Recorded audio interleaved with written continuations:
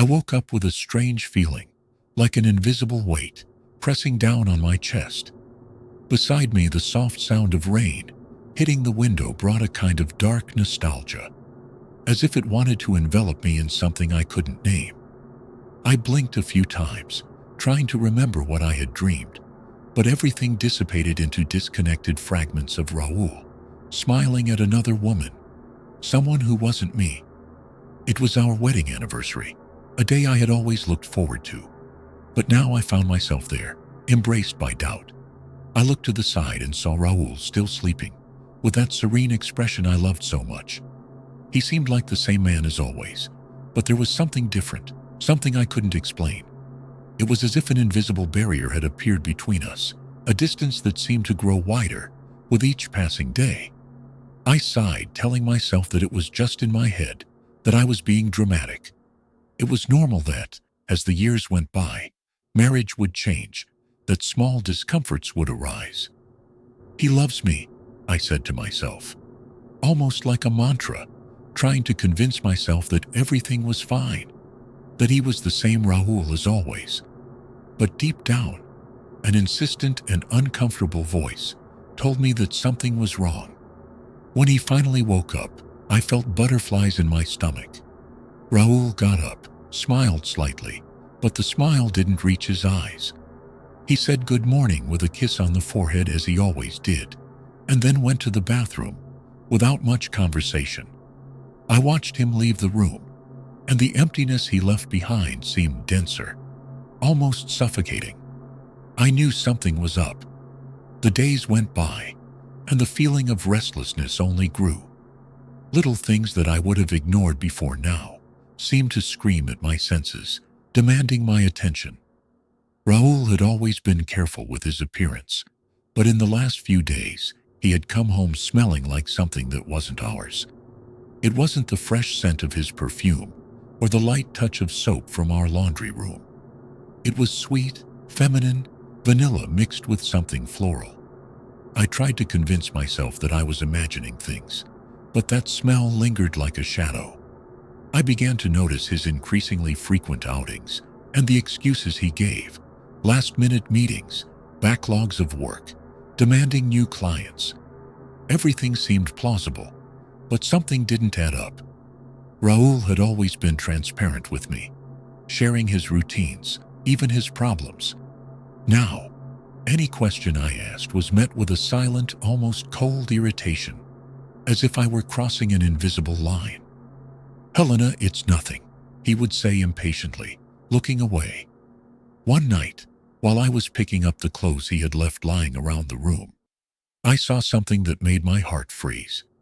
On the collar of one of his white shirts, there was a subtle stain, almost imperceptible, but it made me shiver. I moved closer and smelled it. Lipstick. A sweet, thick aroma that was not mine. My fingers trembled as I held the fabric, and suddenly, that uncomfortable feeling, which I had tried to drown in excuses and denials, exploded inside me. The questions came flooding back. Who was she? Since when had this been happening? I remembered the two of us, the man he was, and I couldn't believe he was involved with someone else. But the smell, the stain, they were like silent proof that something in our marriage had been broken, perhaps forever. That stain on his shirt wouldn't leave my mind for days. I tried to find the right moment to confront him, but each time I tried, Raoul seemed more distant, more irritated, as if my mere presence was a weight he didn't want to carry. At dinner, as we sat at the table, I tried to bring up the subject, searching in his reactions for some trace of truth, something that would give me peace, or at least some answer. "Raoul, you've been so absent lately. It seems like something has changed between us." My voice came out weaker than I intended, and he barely looked up from his plate, his expression closed. "Helena, you're overreacting. It's just work. I'm tired, and you're seeing problems where there aren't any," he said, with that cold, calculated tone that seemed to grow stronger every day. I looked away, feeling his words cut through my hope, like a sharp knife. Before, he would have calmed me down, looked me in the eye, maybe even made a joke to break the mood. But now, he just looked away, building a wall between us that I couldn't break. Growing tired of the excuses, the blatant lies he tried to cover up, something inside me snapped. I needed the truth, no matter what. The next morning, I waited for him to get his car keys and watched him wave goodbye with that casual wave, not really looking at me. When I heard the door slam and his footsteps walk away, I felt my heart race and a chill run down my spine. I grabbed my coat, took a deep breath, and walked out the back door, hoping he wouldn't. I moved quickly and managed to get into his car, hiding in the small space behind the seats. The smell of new leather mixed with the air freshener made me nauseous, but I remained still, quiet, holding my breath and trying to muffle the sound of my heartbeat. A little while later, I heard Raul get into the car, muttering something to himself. The engine roared as it started, and I knew this was my chance. I didn't know exactly what I was hoping to find out, but one thing was certain: I couldn't sit around waiting for him to tell me any longer. The drive was long and tense. I huddled in the tight space, trying to ignore the discomfort as the car made its way through the streets. For a while, all I heard was the sound of the engine and the soft hiss of the tires sliding over the wet asphalt. My mind was racing with 1,000 thoughts, but none of them could prepare me for what was to come. Suddenly, I heard Raul fiddling with his cell phone, the soft and familiar touch of his finger sliding across the screen. My heart nearly stopped when he started talking, his low but clear voice echoing through the silence of the car. "Hi, Letitia. Yes, I'm on my way." Her name hit my chest like a bomb. Letitia? Who was this Letitia? I'd never heard Raul mention that name before, and the way he said it gave me goosebumps. His tone of voice was different, soft and knowing, filled with an intimacy that he no longer had with me. I kept listening, my body paralyzed by shock and fear. He continued the conversation, talking about resolving the issues and promising that they would soon be together. His words came like knives, each one more painful than the last, each syllable a blow to what was left of my hope. "No, of course she doesn't know anything," he said, a suppressed laugh escaping his lips. My vision blurred, and for a moment I thought I was going to faint. It was real. Everything I feared, all the doubts that tormented me, were there, in those few words exchanged with a stranger he seemed to know so well. That man behind the wheel, laughing and chatting carefree, was the same man with whom I had shared my life, my dreams, my deepest secrets. He hung up the phone, and silence returned to the car, but now I felt as if I were being crushed by him. When Raul finally parked, I peeked through a crack, trying to keep my breathing under control. He got out of the car, and soon after, I saw a woman walking towards him. She was stunning, with long dark hair and a smile that seemed to enchant the very air around her. Letitia, I deduced, observing every detail of that figure who, in a matter of minutes, had become my greatest rival and my worst nightmare. They exchanged an intimate and familiar hug, and my stomach churned. The betrayal was there, evident, but before I could drown in anguish, I noticed something strange. Beside them, a man in a suit appeared, holding papers and guiding an elderly man with a lost expression and empty gaze towards Raul and Letitia. The scene began to intrigue me in a way I had not expected. Raul and Letitia assumed a posture that I had never seen before. He gestured in a way that seemed rehearsed, controlled, almost theatrical, while Letitia smiled softly and welcomingly at the elderly man. It all seemed like a well-rehearsed show. It was then that I heard Raul begin to explain something about security and long-term care to the man. I moved as close as I could to hear better, and what I heard chilled me to the core. Letitia, with that sweet and convincing tone, encouraged him to sign the documents in her hands, assuring him that it was for his own good. She promised that this way he could live without worries, and that the donation of his assets was nothing more than a formality. The elderly man seemed confused and hesitant, but pressured by them he gave in and began to sign. At that moment, a terrible truth took shape before my eyes. Raoul and Letitia were not just lovers, they were accomplices in a despicable scheme, exploiting elderly and vulnerable people to seize their assets.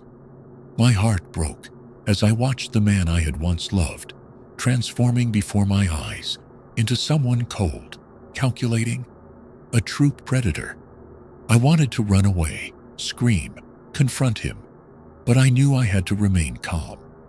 If I revealed my presence now, I might lose any chance of stopping this monstrosity. I felt tears welling up in my eyes, but I held them back. I had to be strong. My heart was pounding like never before as I watched this absurd and cruel scene. The old man, whose name I discovered was Jonas, seemed even more lost, his gaze disoriented, as if he could not fully understand what was happening around him. My chest tightened as I saw him like this, vulnerable, amidst Raoul and Letitia's lies. I knew I couldn't just stand there and watch, not after everything I had already been through. I had figured it out. I took a deep breath, slipped out of the car, and walked silently, keeping to the shadows until I was close enough to make myself heard without attracting their attention. When Raoul and Letitia were distracted by signing more documents with the man in the suit, I saw my chance. "Jonas?" I whispered softly, getting as close as I could without being seen. He turned to me, his frightened eyes wide, but I raised my hands, trying to show that I could be trusted. "You need to get out of here.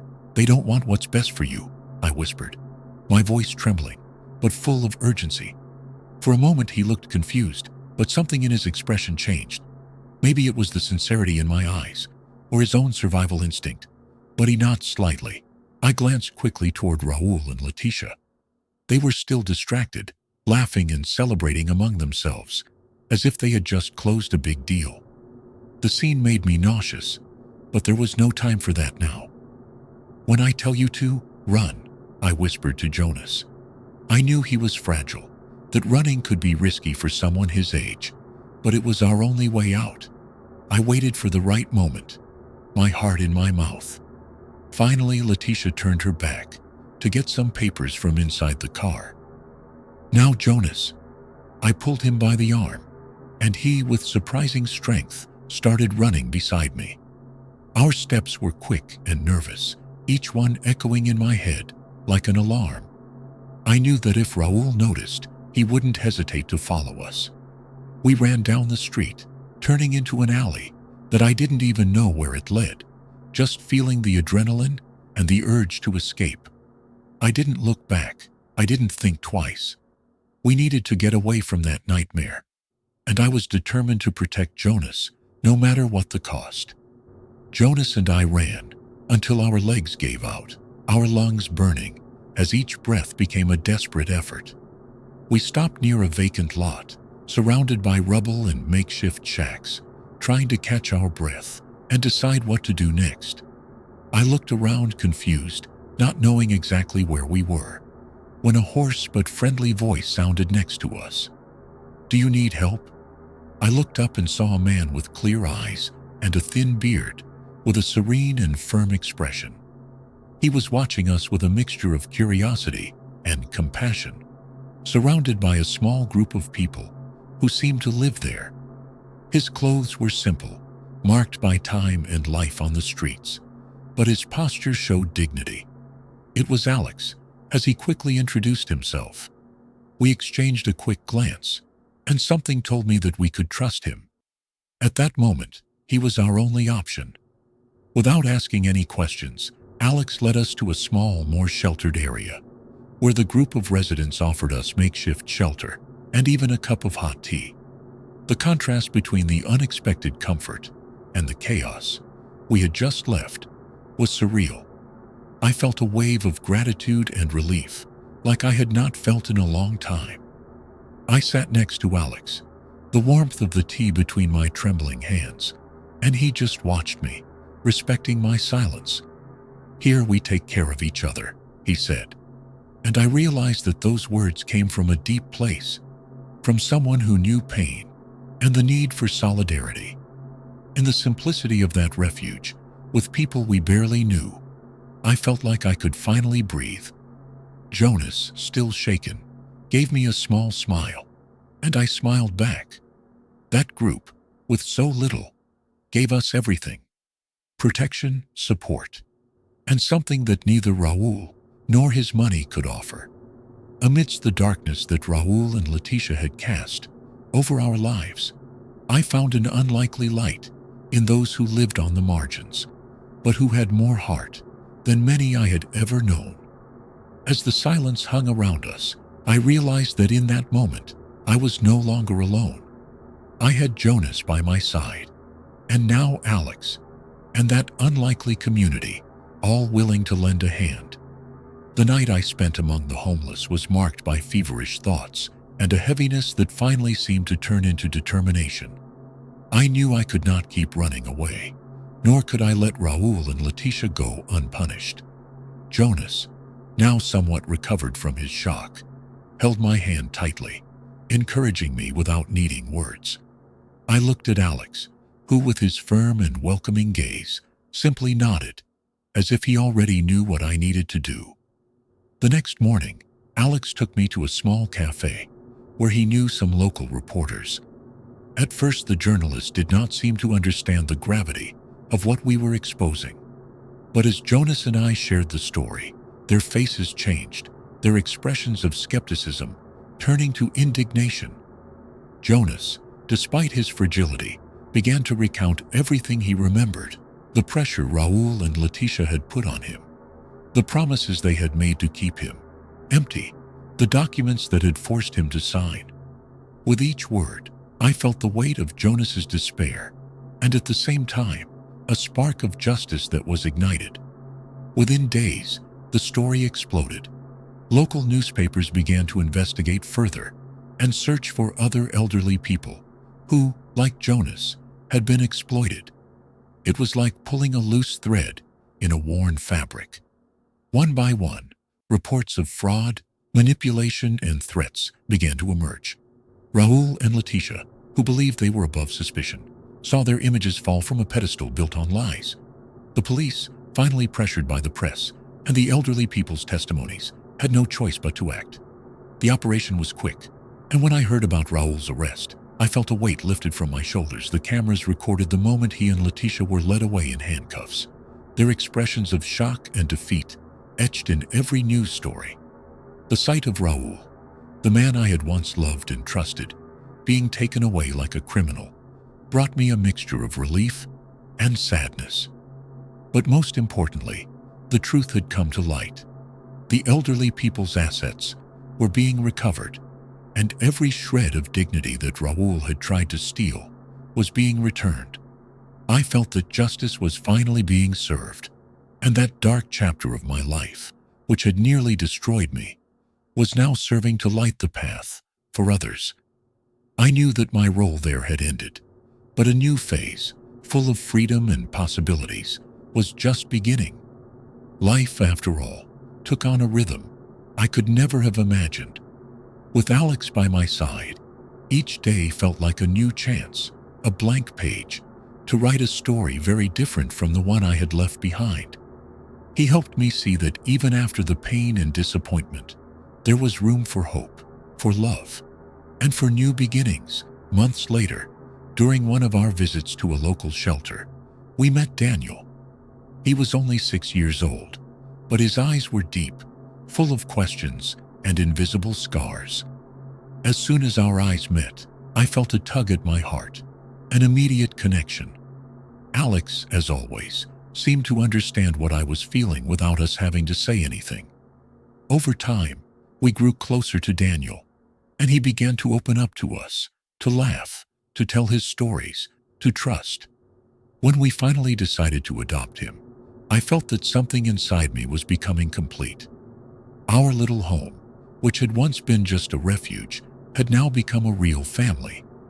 Daniel brought life and laughter to our home, transforming every corner with his energy and curiosity.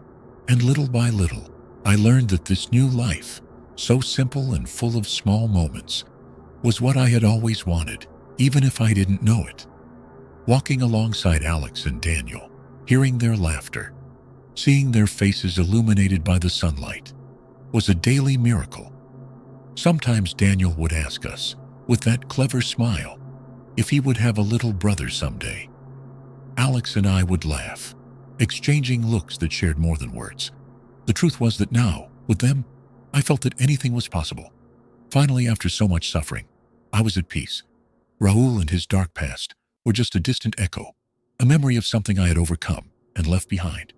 Now, my future was with them, with Alex and Daniel, and for the first time I allowed myself to dream of what was to come, with the certainty that I had found love, faith, and true happiness again.